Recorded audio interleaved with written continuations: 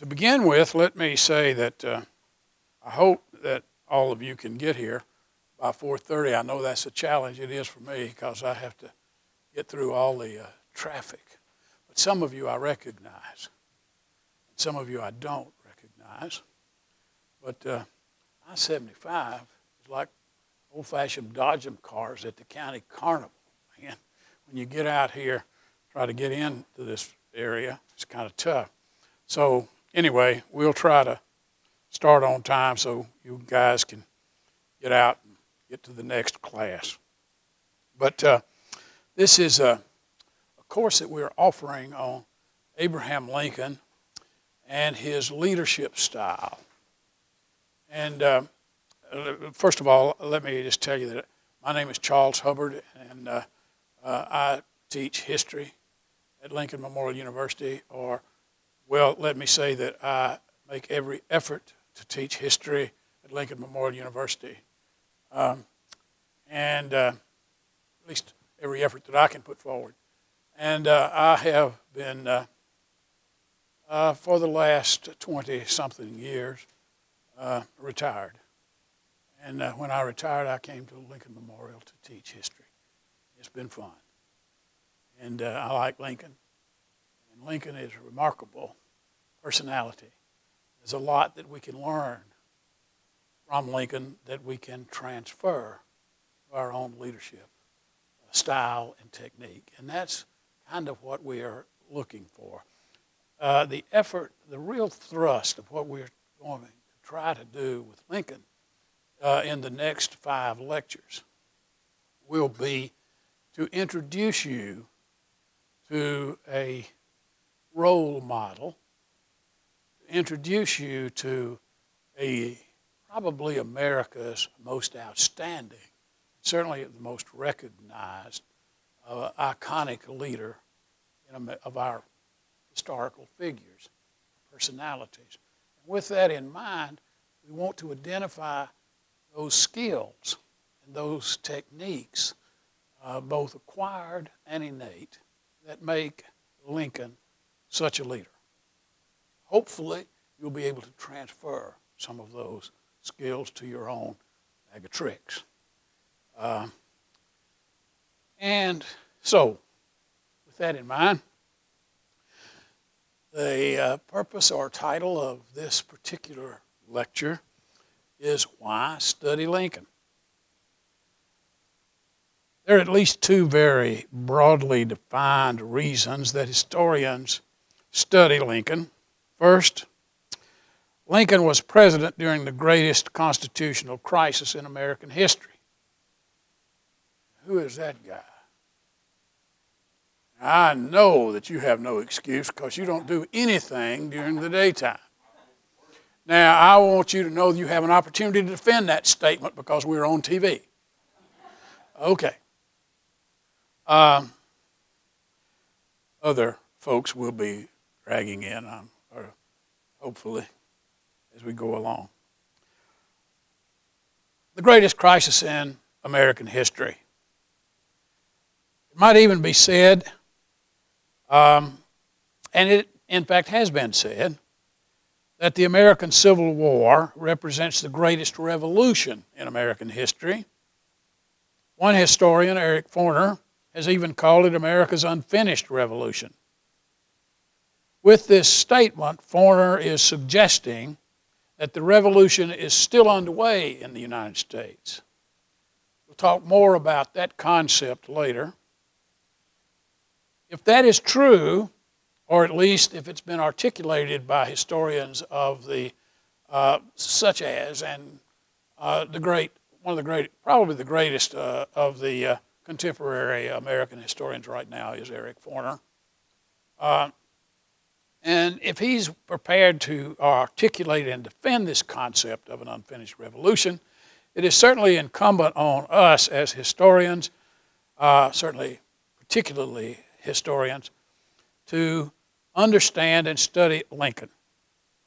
After all, Lincoln presided over the origins of this continuing revolution, and more precisely over the Civil War. If we consider the Civil War, as I do, the watershed historical event in American history, Lincoln and the Civil War, and the revolution that begins with the Civil War in American history, these three are inseparable. So if we are to study the Civil War, or if we are to study Lincoln, or if we are to accept or try to defend or refute the concept that the Civil War is a great American revolution, the greatest of American revolutions, then we must study all three of these particular aspects of this revolutionary process. Certainly Lincoln is inseparable from this. The second reason that we study Lincoln in a broad and general stroke, and more particularly why historians want to study Lincoln, is to separate the myth from the romanticized image of Lincoln. Now, with this concept of, for example, Lincoln's assassination created a martyrdom, a sense of the American's greatest martyr. And in the immediate aftermath of his assassination, everybody around wanted to memorialize Lincoln.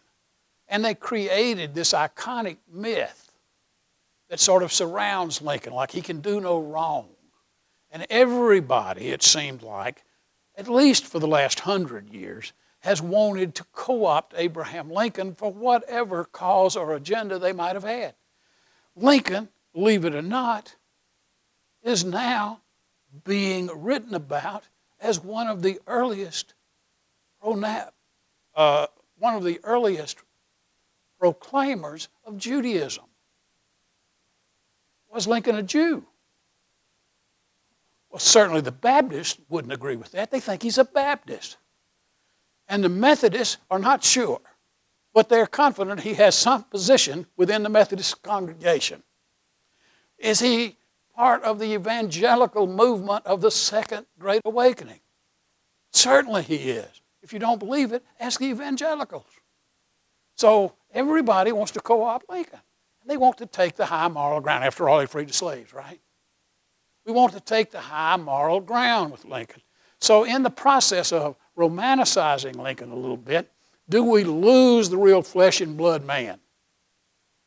You know, like my Uncle Elton used to say back on the farm, the finest bird dogs in the world got a few fleas. And even Lincoln's got some fleas. If you don't believe it, you should check with Mary, his wife. She's confident he had a lot of fleas. And she worked on that. What else is new? Right?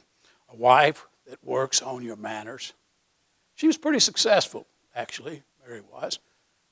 She managed to get him to stop eating his food with his knife and use a fork.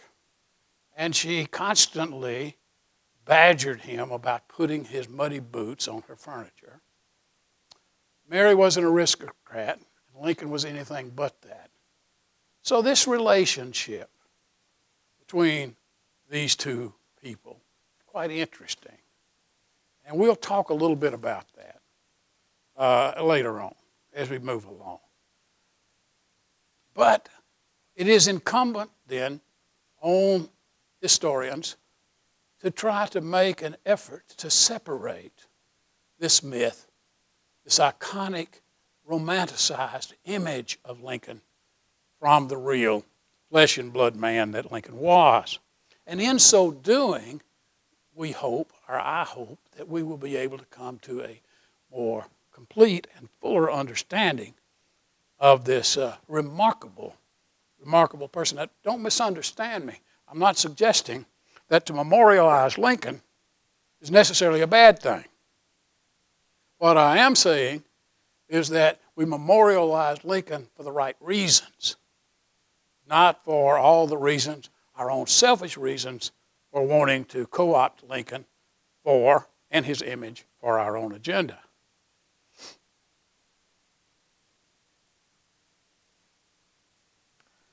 Now, Lincoln provides us with the greatest example of transformational leadership. You'll hear a lot more about transformational style leadership as we as we move along in our discussions, but in your other courses as well, by examining in a historical context the problems that Lincoln confronted and the techniques and strategies he used to address the monumental difficulties that he was confronted with, we are better able to adopt and hopefully come to capitalize and benefit from, in our own experience, certain of his leadership skills. Now then, having said all this, let's first explore the concept of revolution. Remember I said that one of the first initial reasons we want to study Lincoln is because he presided over the greatest revolution in American history and the greatest constitutional crisis in American history. Now, why was it a constitutional crisis that he presided over? And was it a revolution? First, let's talk about revolution. If we are going to accept Foreigner's concept of an unfinished revolution in America, we have to first try to understand what revolution is. Revolution does, for example, revolution necessarily have to be accompanied by violence? What do you think? If it doesn't, then what is it? Is it radical change? Dramatic change? Complete change? Or some of all that? Can you think, for example, when we talk about American Revolution, what's the first thing that comes to your mind? The Revolutionary War. That makes sense, doesn't it? Why do we call it the Revolutionary War? Because it was revolutionary. Was it really revolutionary? Or was it just a war for independence and separation? What was revolutionary about it? Valley Forge. Not in a military sense. Now, what comes out of that is certainly revolutionary, isn't it? Sure, it's change. Dramatic change. Political change. Any other revolutions in American history you can think of?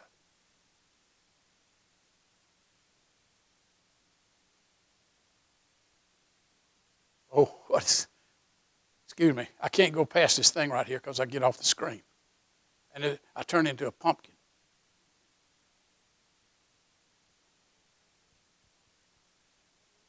Oh, okay.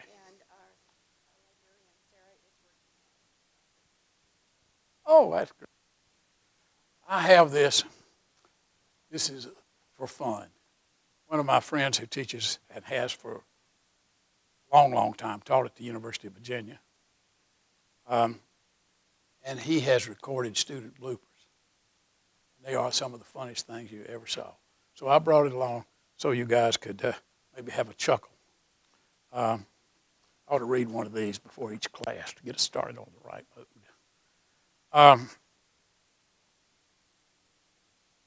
Where was it? In the middle of a revolution, right? Okay.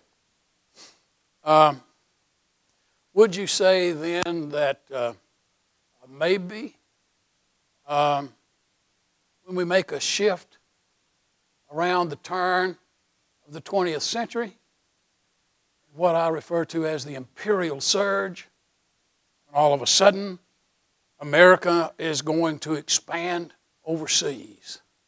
After all, manifest destiny, we'd already reached there. The only place for us to grow now is overseas.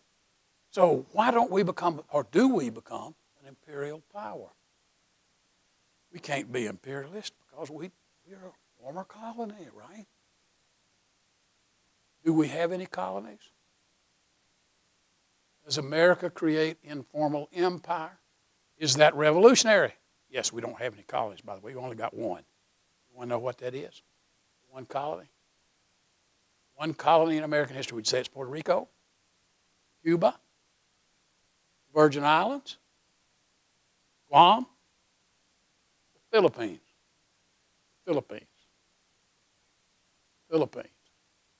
The others are protectorates. Isn't that nice? Now, I don't know what Obama thinks about it. Well, anyway, another story. Revolution. Would you say then that maybe Woodrow Wilson brings the United States into the global concept? Certainly we could say that's political revolution. Mild revolution, really, isn't it? But let's talk about the Civil War. What about FDR? Franklin Roosevelt, and the welfare state of the 30s that we still are enjoying, particularly me, I'm on Social Security. And I want all of you all to be careful when these elections are coming up. Stay with Medicare. Vote for anybody who supports Medicare. Anybody who supports increasing Social Security. That's a must. Have to vote for that. The rest of it doesn't matter. And it doesn't matter how we're going to tax for it and all that other. You know what? That same Uncle Elton that used to tell me those stories about the bird dog that had fleas used to always say that the two biggest block votes in the United States are the old folks and the poor folks. And I'm in both categories. So I'm part of the two biggest blocks. Now, that's the political commentary for the day. When we look at the American Civil War, it is indeed revolutionary. To answer the question, let's look at some big changes that occurred as a result of the war and as the result of Lincoln's initiatives. First, the relationship of the Federal Republic fundamentally changed after the Civil War. I'll come back to that.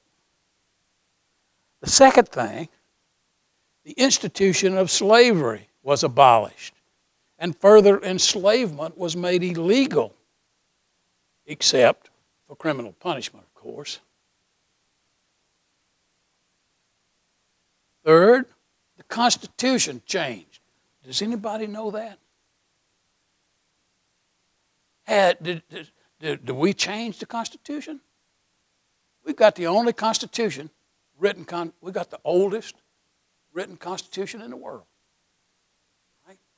Does anyone have a Constitution older than ours? Yeah, the British do, but theirs isn't written down. They sort of do it invented as it goes along. It's just commonly understood. Right? Stiff upper lip and all that. Right is right. And it's obvious to a good British citizen what's right. Okay. Now, with us, though, we've got a written Constitution. And after all, it's been destroyed, hasn't it? If you don't believe it, ask some of our politicians. They're going to take us back to the good old days. I don't want to go back. I often wonder when they say they're going to take our country back, who's got it? Who's got our country if we don't have it already? What about democracy? That's going to change. Let's get back to the Constitution changing. The Constitution changes dramatically after the Civil War. It is not the same Constitution it was before the Civil War. Certainly revolutionary. It's changed. How do we change the Constitution, by the way? Not specifically how do we change the Constitution. We're going to talk about the Reconstruction Amendments. You're on the right track. But how do we change the Constitution if we want to make it different? Someone said amendment. We can amend the Constitution. And that is in itself a pretty significant political concept, isn't it? We get that from the British because they knew they were going to have to change the Constitution. So we got that same idea, but we didn't want to do it the same way they did it, right? So we do it by amendment. There's one other way that the Constitution can be changed. Exactly. Judicial review. Exactly. The Supreme Court can change how it's applied, but not the documents itself. You can only do that with amendment. So now let's come back to what you said a minute ago about the 14th Amendment. The three Reconstruction Amendments are the most revolutionary concept to come out of the Civil War. 13th, 14th, and 15th Amendments to the Constitution are generally known as the Reconstruction Amendments. What does the 13th Amendment do? Do you know? What do you tell your kids when they ask you that? What? Outlaw slavery. Now, remember that we need to communicate that to Dr. Dawson. He looks at our contract for the coming year. Remind him that the 13th Amendment has already freed us. Now you can pay us. Now, that's on camera. Now, so y'all probably will have someone else teaching this class. Never mind that. Now, the 13th Amendment abolishes slavery. We'll talk about Lincoln's influence on that process a little later. The 14th Amendment. That's right. That's exactly right. What's the 15th? It says that all American citizens are entitled to vote, except Native Americans and anybody else we can figure out how to keep out. And you know, the ironic thing about the 14th Amendment is when we pass all this, well, I'm getting off the subject, all the civil rights legislation that we had, all the segregation bills that we had, the Supreme Court had justified those in the Plessy case, right? Plessy versus Ferguson. But they used the 14th Amendment, the justices did, the 14th Amendment to support the Plessy decision. Isn't that ironic? At least, I think it is. We'll get back to that. This is not a constitutional law class, but those three change the Constitution. Now, how do they change it? If the Constitution is changed, everything that the Constitution is and was before that time was about protecting personal liberties and freedoms from the encroachment of what? Government. Exactly. But with the 13th, 14th, and 15th Amendments, that flips. Now it becomes the government's responsibility to protect your civil rights. Isn't that interesting? Very subtle change, but quite significant. Revolutionary? Absolutely. If we have defined, depending on how we have defined revolution, right? Okay. Now, we'll come back to these from time to time. Where was I? Okay. Number 4, the role of the president as chief executive changed dramatically. For example, the concept that was introduced immediately after the Nixon presidency by Arthur Schlesinger of the imperial presidency really begins with Lincoln. Lincoln is going to exercise extraordinary war powers. Some contemporaries of Lincoln accuse him of being a dictator. Was he? Damn close. If he wasn't, he was about as close as we've ever come. In fact, he was so close that the Army almost produced a coup in '62 and overthrew it. Most folks don't pay much attention to that. Believe it or not, because General McClellan swept it under. We'll talk about that. But the point here is that the presidency changed. Did we begin down the slippery slope toward an imperial president? A president with more power. Once he gets it, will he ever give it back to the people? Can we ever take it back? Oh, yes, we can. And we've done it before. Congress always battles with the president. Nothing new about that. But the executive branch is much stronger. The bureaucracy is going to swell. And with the swelling of the bureaucracy, we are going to find a more far-sweeping and dramatically powerful presidency. Revolutionary, absolutely.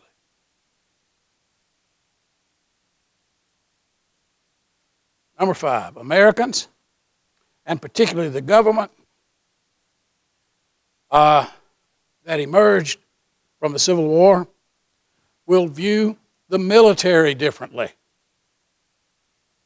Prior to the American Civil War, we had only a small standing army, and that standing army was augmented in times of crisis by a volunteer militia army, right? We're going to change that. The military, by the late 19th century, is going to be the United States. Let me put it this way. The United States, by the late 19th century, well, I can go earlier than that, immediately after the American Civil War. It's a struggle in Europe, as you all know. And as they struggle in Europe, out of that comes the balance of power in Europe. Well, the balance of power in Europe, both sides began to look at the United States as the weight that would swing the difference. And it takes until the First World War for that to happen. We, the Americans, make the difference. The only people that didn't understand that the United States had one of the most powerful military machines in the world in 1870 were the Americans. Everybody else knew it. During the American Civil War, we had the largest standing army in the history of mankind. How many men do you think served in the military during the Civil War? 200,000? 500,000? Million? Million and a half? 5 million? What do you think? 1,200,000. Amazing, isn't it? 620,000 died.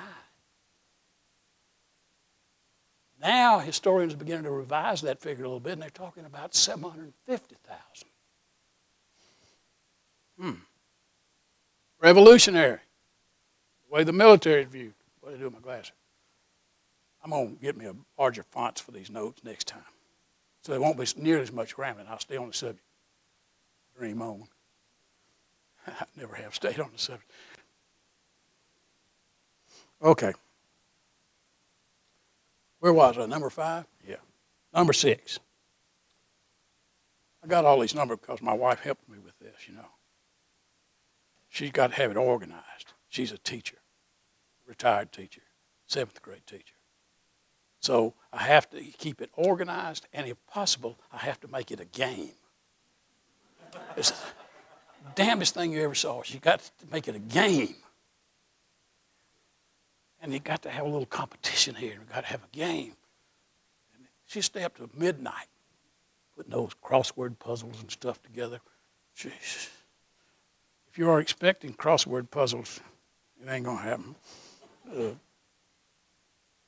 So number 6, the government that emerged from this crucible of war was much more of an activist government.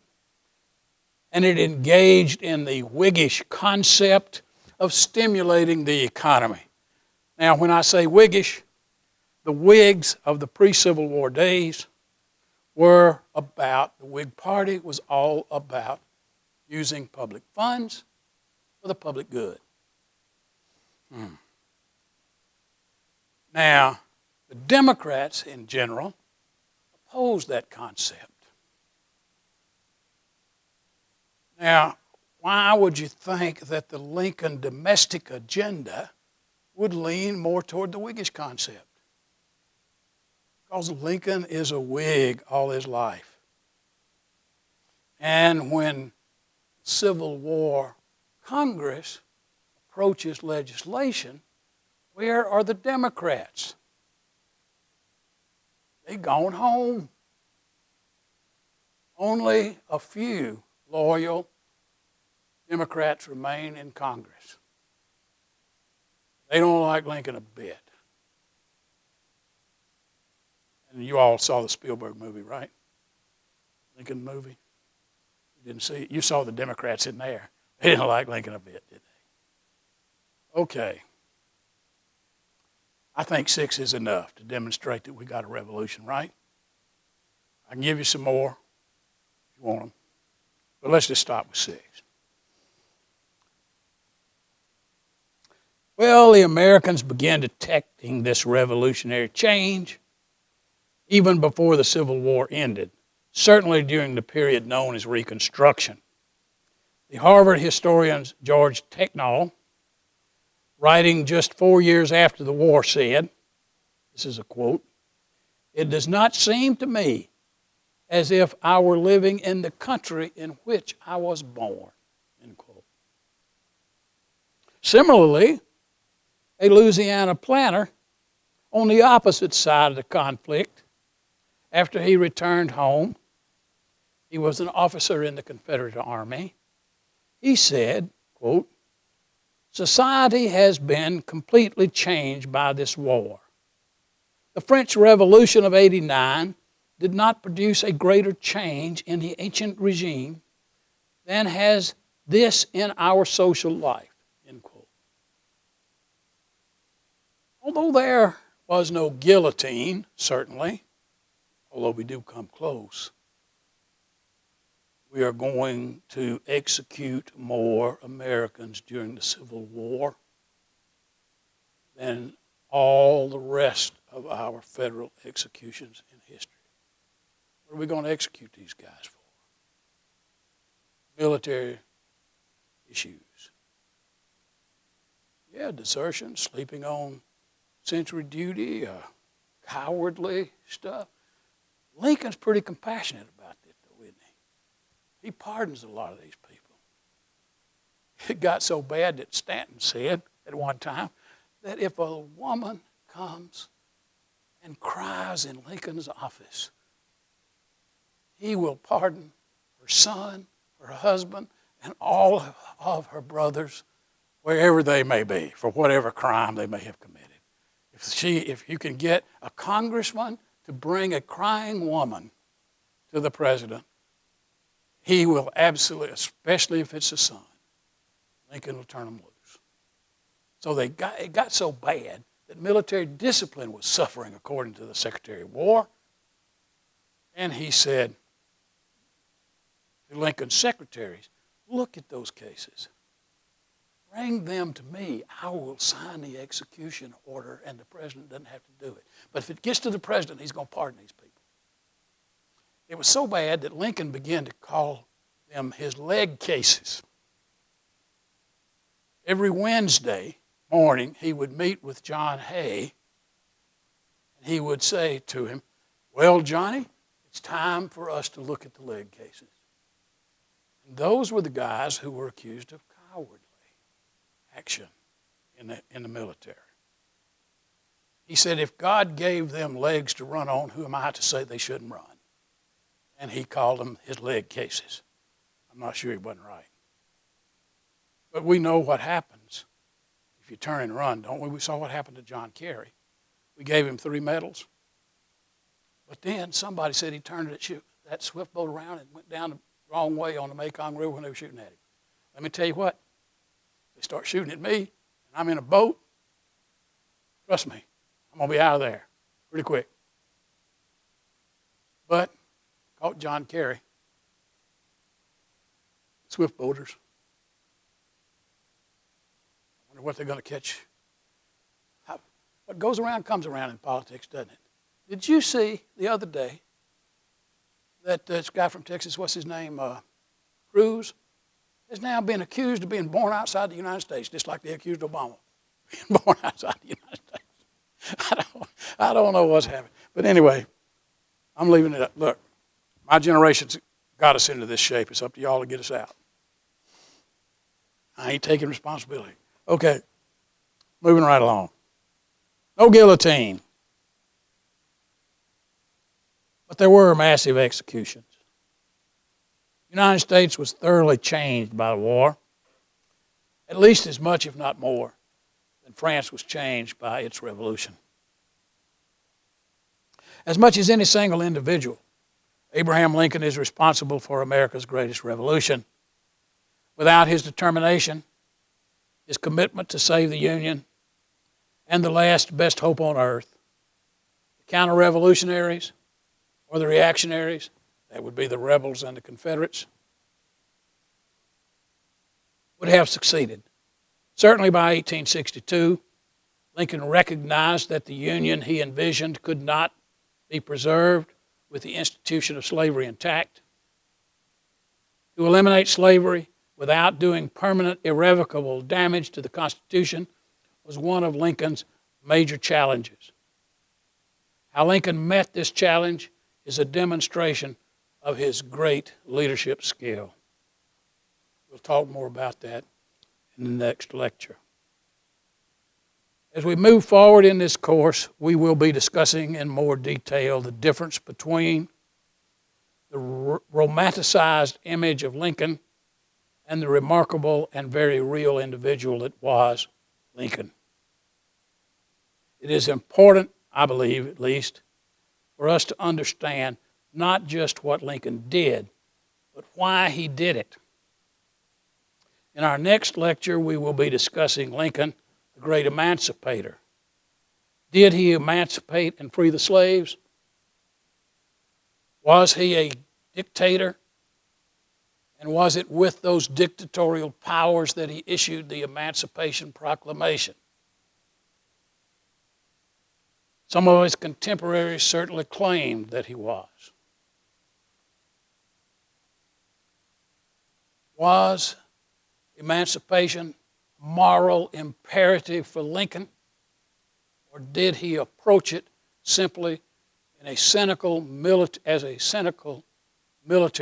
necessity?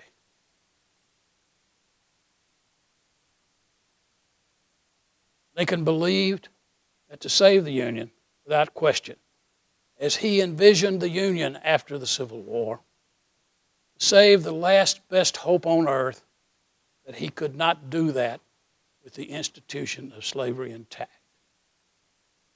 Why was all of this so important to Lincoln? Lincoln's view of the Constitution was also a bit revolutionary. Lincoln saw the Constitution as the implementation of the Declaration of Independence.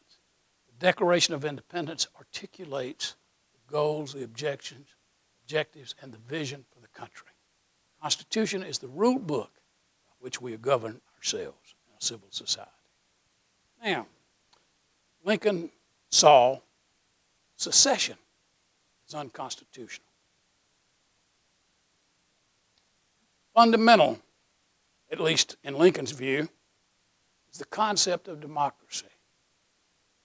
Now, if we're going to have democracy, we've got to have a minority that is willing to surrender to the will of the majority, right? Majority rules in a democracy, right? But what if the minority decides they don't want that to happen? What's going to happen? They can't just quit, can they? Lincoln viewed the southern states as having become part of an indivisible union. Southerners believed that they voluntarily surrendered themselves and their authority to the Union and could withdraw if they wanted to. This goes back all the way to Jefferson and Madison's Kentucky and Virginia resolutions.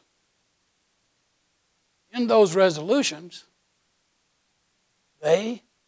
Jefferson, for example, articulated in the Kentucky resolution the doctrine of interposition. And in that interposition, you would have the state constitution can impose itself. In other words, a federal law cannot violate a state constitution. Doctrine of interposition. And what we're going to refer to in a broad sense as states' rights. Now, in Madison's Virginia resolution, he's going to come up with something called nullification. Now, you all teach history, I know. So you know all about the nullification crisis of South Carolina and Jackson, so I won't go into that. But nullification means that you can nullify a federal law by not enforcing it in your state if it violates your constitution, state constitution. States' rights. Now, Lincoln did not buy this concept that you voluntarily joined and you could then leave, because that would, in his view, destroy democracy and representative government. It can't happen. Once you're in, you stay in. Kind of like being in the mafia, right? Once you're in, you can't get out. Well, does that suggest to you another revolutionary factor? Or maybe Lincoln is a real dictator. How can he be a dictator in a democracy? By imposing the will of the majority on the minority. The minority rights must be protected if a democracy is going to succeed. The right to dissent, and the right to bring about change, not with the bullet, said Lincoln, but with the ballot. The bullet can never, in a democracy, replace the ballot. Lincoln said that. And in an amazing, unprecedented sort of thing, in the middle of the Civil War, Lincoln is going to run for re-election. Can you imagine that? Can you imagine Putin in the middle of a civil war, or Stalin, or Hitler in the middle of a war, running for re-election? Lincoln is remarkable in that he understood democracy and he was willing to prosecute a war to save it. Last best hope on earth. Representative government of the people, by the people, and for the people. And it shall not perish from this earth, said Lincoln. Now, having said all that, any of you who want to come to the front, rededicate yourselves to what Lincoln would do in your circumstances, feel free to do so. Otherwise, I'm done. Read the book. It's a good, short biography. I think you will enjoy it. You can read it one afternoon. That's, of course, if you don't have the crumb crushers like I had all through Christmas break. God, grandchildren, everywhere. Everywhere I turned around, there was another one. Had to do all kinds of stuff. Had to go to the carousel. Had to go to the Children's Discovery Museum. And right in the middle of the Georgia game. Had to go do something. I don't remember what it was. I think, anyhow, it's an afternoon read, 125 or 30 pages. Super good book. Now, for some reason, the library doesn't have this one.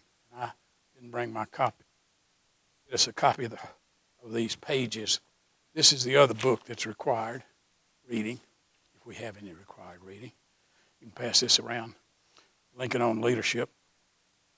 I don't particularly like this book, but I had to come up with something. This book's written by an attorney, and what he's done here is come up with what he thinks are some good leadership characteristics.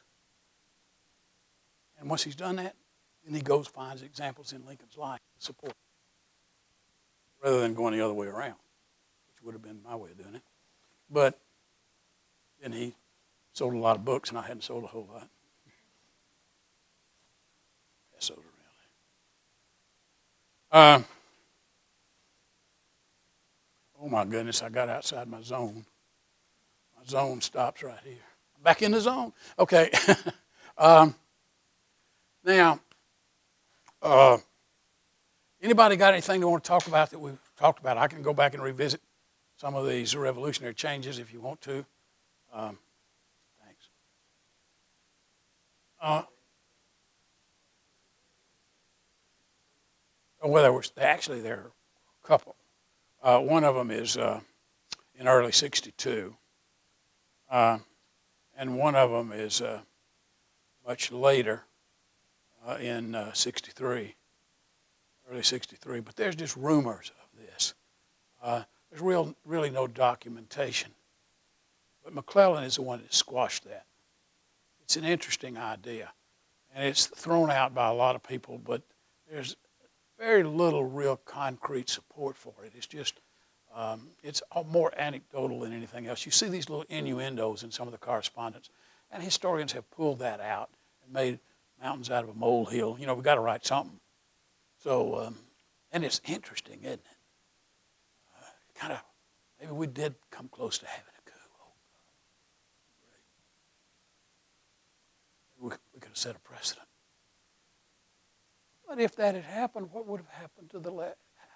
What would have happened? Democracy would have been destroyed. That's what this whole thing's about. People talk about the war being about emancipating the slaves. It's about saving democracy. It's about saving the Constitution. It's about Lincoln's vision for a more perfect union. And the more perfect union, in Lincoln's view, did not and could not exist because of slavery. Slavery had been nagging and breaking up unity in the country since its inception.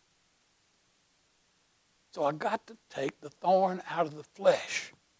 And that thorn in the flesh was slavery. So yes, slavery is a component. Yes, slavery can be argued as the cause of the war. Yes, all that's true. We could also argue economics, couldn't we? Because if slavery is destroyed, 80% of Southern capital is going to be destroyed. She's already had this class.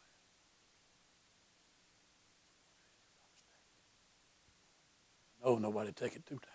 Anyway, I don't even like doing it 2 times. Anyway, well, you're going to ask me something.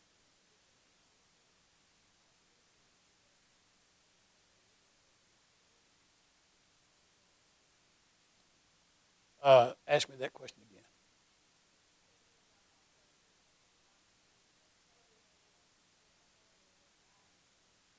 Said that. He said that in his first inaugural. He said, I'm not trying to do away with slavery. What I am doing is saying it cannot expand into the territories where the federal government has the right to control it. But where it exists, it can continue to exist, and I, Abraham Lincoln, or my administration will not threaten it. So you Southerners have got it all wrong. None of your civil rights, none of your rights to own property are being violated. What are you upset about? That's another thing we're going to talk about in the future lectures, how effective Lincoln was with his communication. This guy is fantastic when you look at the 3 basic ways that he communicates. Public speaking, letters that he knows are going to be made public. Right? Those are 2 of the ways. And the third way that he effectively communicates, he never speaks, by the way, extemporaneously. He tries to avoid that. He doesn't want to speak like me and get himself in trouble, by talking about Jim Dawson and the 13th Amendment. Now, he doesn't do things like that. He doesn't say things like Donald Trump that get you in trouble and you have to spend the rest of your time trying to bail out. He doesn't speak extemporaneously. He plans what he's going to say. But in these public letters, they are remarkable explanations. He writes about slavery. He says, look, if I could free one slave, save the Union, I would. All the slaves, or none of the slaves, save the Union, I would. So it's not about slavery. He's trying to save the country. He says in his first inaugural, I'm not a threat to slavery.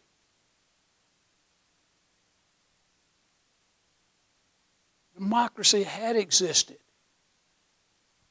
Democracy had existed since the inception of the country, with slavery intact as an institution. It was an institution, an American institution. And it's called a peculiar institution. Do you know why? I asked my undergraduates that one time, freshman, sophomore, 100 level, and I got this brilliant answer from a great basketball player. I'm sure he's an All-American somewhere, probably playing in the NBA or somewhere. But he sat on the front row, very conscientious. I asked him, I said, why do you think that they called American slavery America's peculiar institution? He said, well, I guess it was peculiar and it was an institution. That's exactly right. I couldn't very well question that, could I?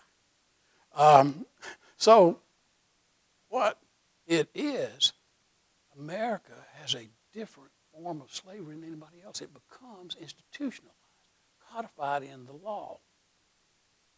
And it's private property.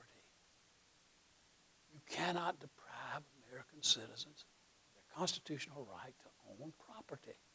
So as long as slaves were classified as property, Lincoln had no constitutional authority on which to base freedom.